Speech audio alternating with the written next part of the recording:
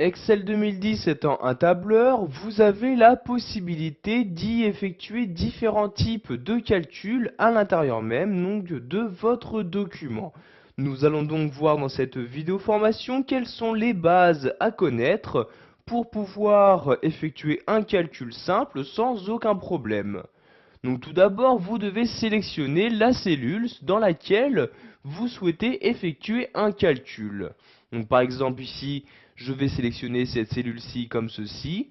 Donc pour insérer une formule, vous devez tout d'abord insérer un égal avant celle-ci. Donc ici, j'insère un égal à l'aide de mon clavier. Donc vous pouvez par exemple effectuer un calcul simple comme une addition entre deux chiffres. Donc par exemple ici, si j'écris 4 plus 5 comme ceci, j'appuie sur la touche entrée et vous pouvez voir ceci m'affiche automatiquement le résultat. Donc résultat qui est bien de 9. Maintenant, je vais insérer une nouvelle formule dans cette cellule-ci. Je la sélectionne donc, puis j'insère mon égal. Nous allons maintenant voir qu'il est possible, par exemple, toujours d'effectuer une addition, mais cette fois-ci, nous allons effectuer une addition entre deux chiffres qui se trouvent déjà dans mon document. Donc, vous voyez ici, j'ai inséré mon égal. Ensuite, je vais sélectionner la première cellule. Donc, je vais par exemple ici prendre cette cellule-ci. Donc, je clique dessus pour la sélectionner. Et vous pouvez voir ici que les coordonnées de maintenant la cellule en question se sont bien insérées dans ma formule. Donc, vous voyez E2. Si je regarde E2, il s'agit bien de la cellule sélectionnée. Ensuite, j'insère un plus et je vais par exemple additionner cette valeur à la valeur suivante, donc celle-ci. Je clique donc ici sur la cellule en question. Pour valider ma formule, j'appuie maintenant sur la touche Entrée et voyez, donc j'ai pu faire très rapidement la somme ici de ces deux premiers totals des achats.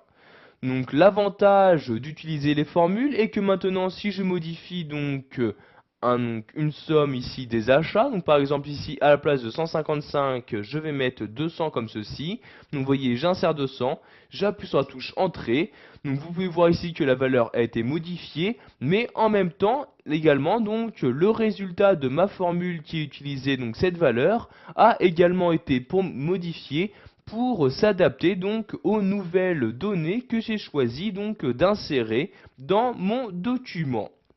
Nous allons maintenant voir qu'il existe différentes formules automatiques qui vous permettra de gagner un maximum de temps.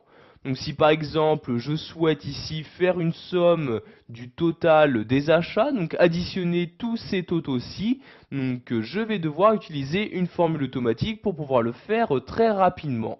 Donc je vais par exemple insérer ici le total dans cette cellule-ci, je sélectionne donc la cellule en question, j'insère mon égal pour commencer ma formule. Donc ici il s'agit d'une somme, donc je vais mettre égal somme comme ceci. Ensuite j'ouvre ma parenthèse et je vais maintenant insérer l'étendue, donc une étendue des différentes cellules de données. Donc ici je vais faire la somme de toutes ces cellules-ci. Donc je clique sur la première cellule et tout en maintenant le clic de ma souris, je la déplace. Donc ici je la descends pour sélectionner toutes les cellules avec le total des achats. Donc vous voyez ici comme ceci. Je lâche le clic de ma souris comme ceci. Vous avez donc maintenant ici, vu qu'il s'agit d'un tableau, le tableau qui était sélectionné, donc ici son nom, donc il s'agit de tableau 1, et la colonne sélectionnée, donc il s'agit bien de la colonne totale des achats. Je vais maintenant fermer la parenthèse comme ceci et appuyer sur la touche entrée. Et comme vous pouvez le voir, j'ai bien maintenant le total des achats, donc de tous les achats qui apparaît juste sur une seule cellule. Sachez que vous avez la possibilité d'enchaîner les différents calculs. Donc par exemple, si vous souhaitez maintenant à partir de cette valeur-ci créer une moyenne, je double-clique ici sur la cellule pour de nouveau pouvoir éditer ma formule et je vais ici insérer de nouvelles données à la fin. Donc je place mon curseur à la fin, j'insère ici le slash pour dire que je souhaite diviser cette valeur et je vais ici la diviser par 20 pour m'afficher une moyenne. Ensuite, donc je vais devoir tout d'abord ici fermer la parenthèse donc comme ceci. J'appuie donc sur la touche Entrée et vous pouvez voir donc que maintenant la moyenne apparaît bien dans cette cellule-ci.